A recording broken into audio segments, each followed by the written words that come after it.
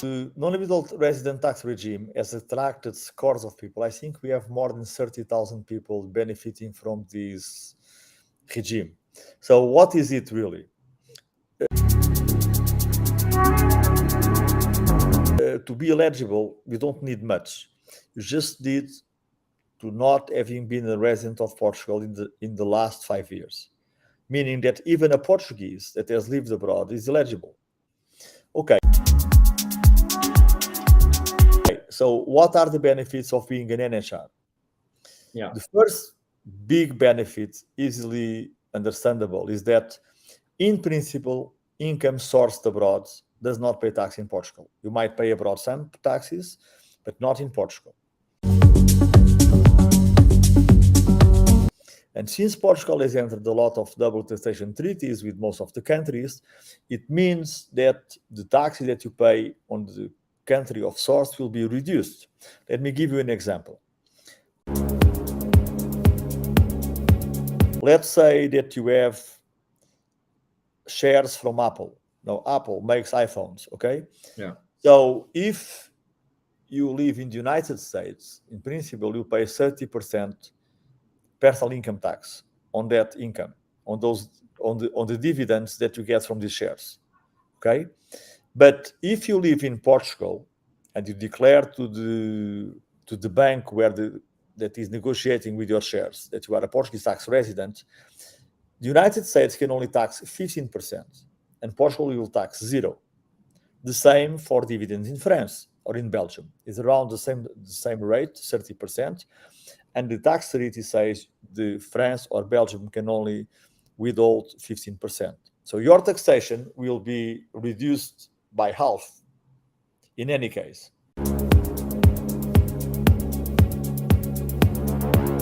Okay, and a lot of people that have money, well, they don't live on salaries, they get dividends. And this can apply also to the dividends of your corporation, your family office, your family business that is located in the Netherlands or in Italy or in France or wherever it is. Okay, this is the first thing. So this is about passive income, huh? We were talking passive about income, passive income. dividends, royalties, and interests. Okay.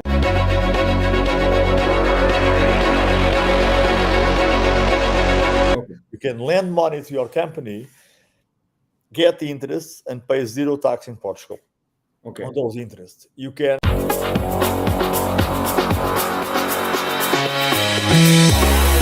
Let's say that you are a fashion designer and that you were living, let's say, in Belgium, okay?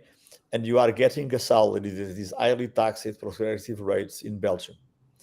And you come to Portugal instead of getting salaries, you start receiving royalties.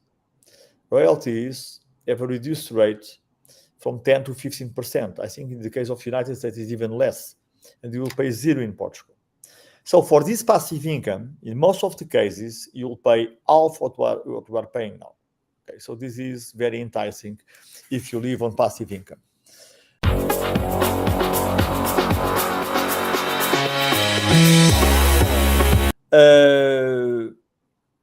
Capital gains is not so good.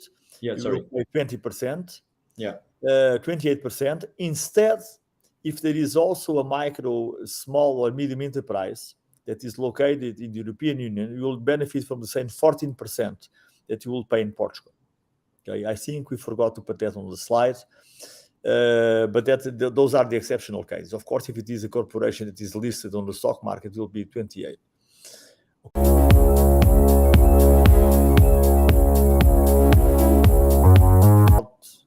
Considering if you are selling a property and getting 50,000 euros, I'm saying if you are earning 500,000 or 1 million euros. In those cases, your taxation will be 24%. Unless, of course, it is your personal residence in which you can reinvest and pay 0. Okay.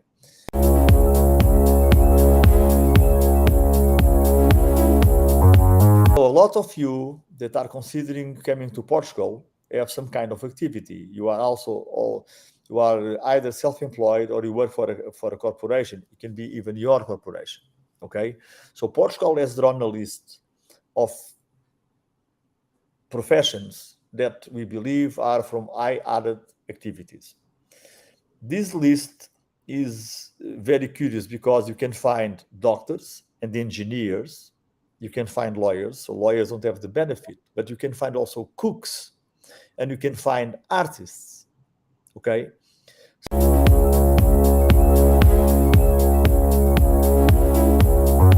So for these people, if they are working for a company and getting a salary, there will be a flat rate of 20% personal income tax. Okay, it is rather good, considering what we pay throughout Europe.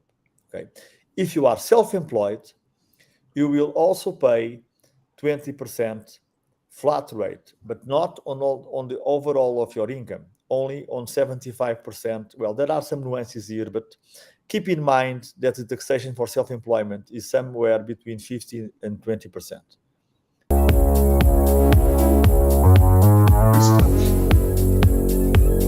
That is the basis. You have to check either the profession that you are doing goes into this list, and also contact some specialized person like me to tell you exactly what to do.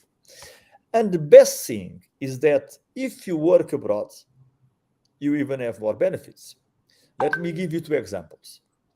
Let's say that you are a surgeon, okay?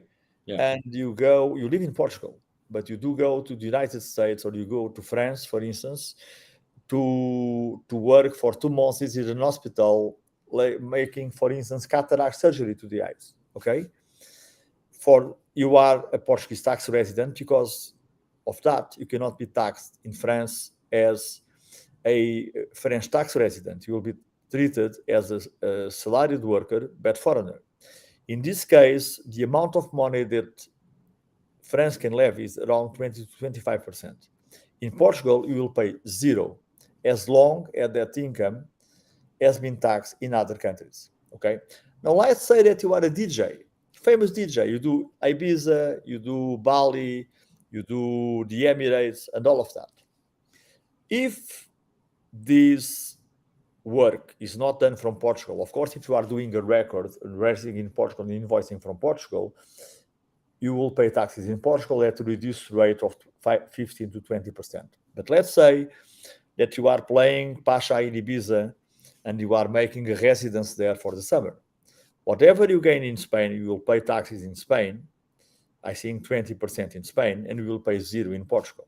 But if you work in the UAE, in the Emirates, you will probably pay 0 tax there and 0 tax in Portugal. So and if you go to Bali, I don't know even how much they will charge you. But the thing with the self-employed is that the law does not require that you are actually taxed. It says that the treaty says you could be taxed. See? So for a lot of professions that you are itinerant, like tennis player, Formula 1 driver, Formula E driver, DJ, creative artists, fashion designer, etc., that you are wandering around the world, you can still put an anchor in Portugal and benefit from a very generous regime. That's a very good news for all the Formula 1 drivers who are listening to us. Well, there is a better place for Formula 1 drivers. They go to Monaco. Yeah, I heard about that. So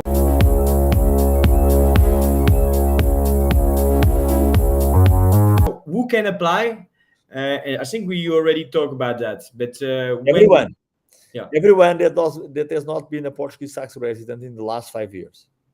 Okay, so and they have to be there like 6 months. That is the basic principle. The law says you should be here for 6 months, but what the law wants to say is that it does not want you to be more than 6 years in any other country, because then that country will be your tax residence. Yes. So let's take again the example of the DJ or the Formula 1 driver. He's not spending 6 months anywhere. He spends 2 months here, 2 months there. So you have to demonstrate that Portugal is your center of interest, meaning your kids go to school here. You have your primary residence here. You have some kind of business going on here. From the Portuguese point of view, they are not going to be very strict in controlling that. Actually, I can tell this to you privately. Nobody is going to control if you are counting the days. the persons that are going to do that maybe the people in the UK or in France that want you to pay the taxes there. Okay, so it's not the question of Portugal being worried about you being here 180 or 150 days. That will never happen.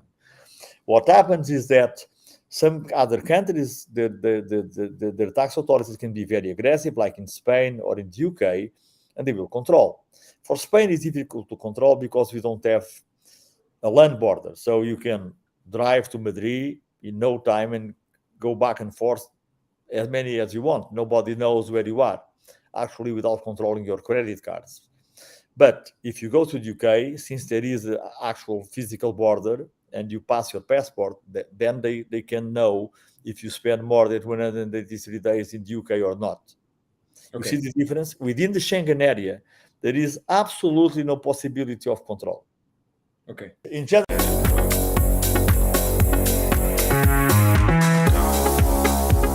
terms, you should apply the year that you arrive. But let's say that you move to Portugal in December. Yeah. You are going to pay taxes for that year, for let's say 2023, for most of the part in the country where you were living before, because that country will not let go of your taxes. Okay? So in these cases, you can apply until the 31st of March of the next year. Let's say if you arrive during 2023, you can apply until March 24. Okay? But I think the difference between semesters, I think you should split, like first semester you pay wherever you are, second semester you pay here. And sometimes you can arbitrate.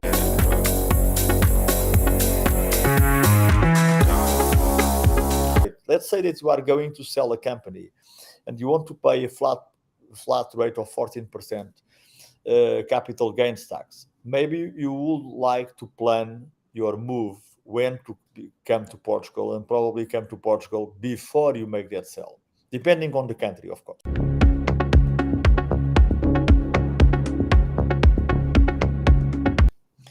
Well, the cost of the process is the cost of professional services, because there is nothing that you pay to the government to become a non-habitual resident.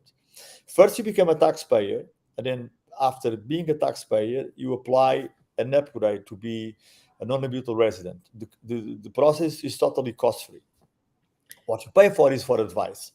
Of course, there is a difference, and there is a range, of course. Let's say that you just have passing the income from one source, your family has a company in Italy, and it pays you dividends. That is an easy tax advice. But now if you tell me, well, my parents have set up a trust in Jersey, and I have an house in LA, in California, and I have also an abode in São Paulo, in Brazil, and I've got an assurance vie La Baloise in Luxembourg. Well, that starts to be complicated. So practically you pay for the advice. You will have to enroll a chartered accountant as well. I will never advise you to seek legal advice from an accountant, because everybody should do what they are good at. Yeah. Even though we work with some very competent accountants, but the thing is, the process in itself, it's free. Unlike the golden visa that is coming to an end, you pay very hefty taxes to the government. It was like the whole process will cost you like 20,000 euros during the 5 years that you took. The non-habitual resident doesn't cost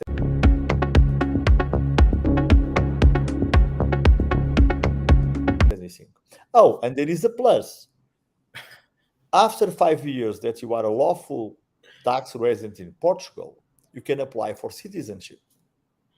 Okay. Right? As long as you can speak some basic Portuguese, which I concede is not so easy, but there are worse languages. There is Croatian and Greek and Russian and Turk and whatever. So compared to those, we are very similar to French.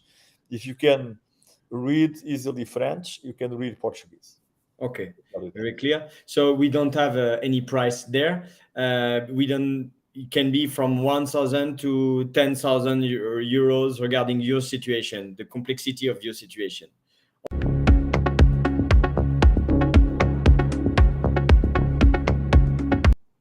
Okay, so social security. Well, that's a tricky issue. I can only speak in very broad terms, but even though it's not as expensive as in France, it's still hefty. Okay, if you are self-employed, if you are employed, if you are a salaried employer, you pay 11% and your boss will pay the rest, which is 23.75. But if you are self-employed and working for someone as an independent, you will pay 21.4 over 70% of your income. But there is a cap. The more you make money, the more, the cap is like 5,000 a month. So if you are a very wealthy person, let's say that you are a famous DJ and you are doing the Mykonos, Ibiza, Sonar things, and you are doing 2-3 million, what you pay in social security is nothing. Especially because when you work abroad, when you go DJing to Ibiza, you won't pay social security in Portugal for those gigs. You only pay for the gigs that you do in Portugal, for the income that you source in Portugal. Okay, very interesting. This example of DJ remain to coming back, probably dreaming job in another life. About the examples, we give the examples, and with at the end, participant can have this document and have a view on this example. But maybe you want to comment that. Yeah. The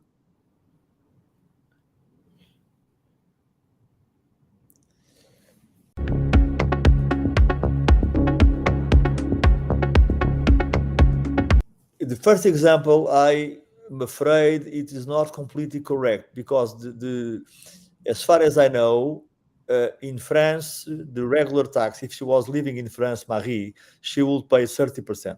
Yeah. Probably not in 10,000, but in something substantially above. Yeah. Okay. With the double taxation treaty, yeah, France is only allowed to ask for 15%, which is the 1,500 you speak here.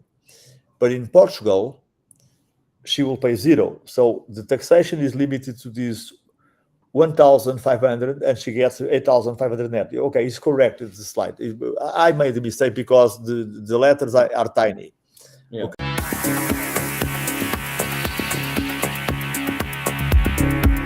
Okay. Yeah. Joseph is receiving employment income from his company based in France. As the salary is taxed in France, Joseph will not pay taxes in Portugal. Yes. Absolutely. Okay, perfect. And Mark, as an independent contractor, will not pay any tax in Europe. I forgot to say something. In principle, there are two ways to do this. If he salary from paid from the company in France, it might be either taxed in France as a foreigner, or taxed in Portugal at the reduced rates if he goes on the list of the added value professions. So this is something to be seen case by case. Okay. Either way, we are reducing from the top bracket of 48 to 50% to 20 or 25.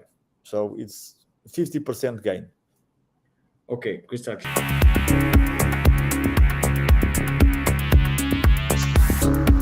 Of Mark. Mark is independent contractor working for some companies. Yeah, you're right.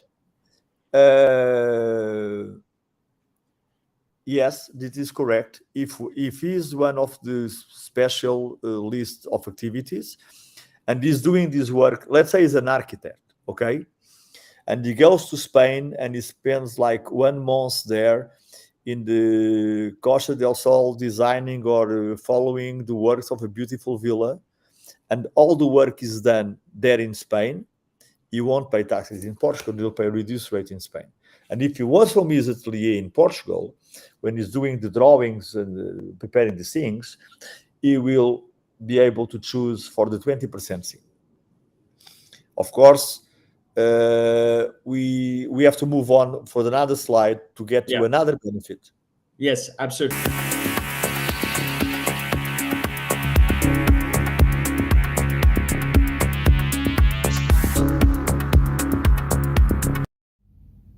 I hope you have enjoyed this little chat with Don Joao. If you would like to know more about your personal situation, Don Joao offers exclusive 45-minute session to help you understand your needs and suggest a first solution. If you want access to Catapults, all the intelligence of finance hacking to build your personal wealth from your cash, it's a playbook available here.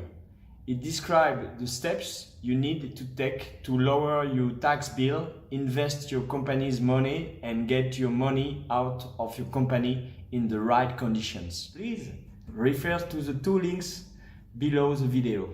Have a nice day. Bon dia. Ciao.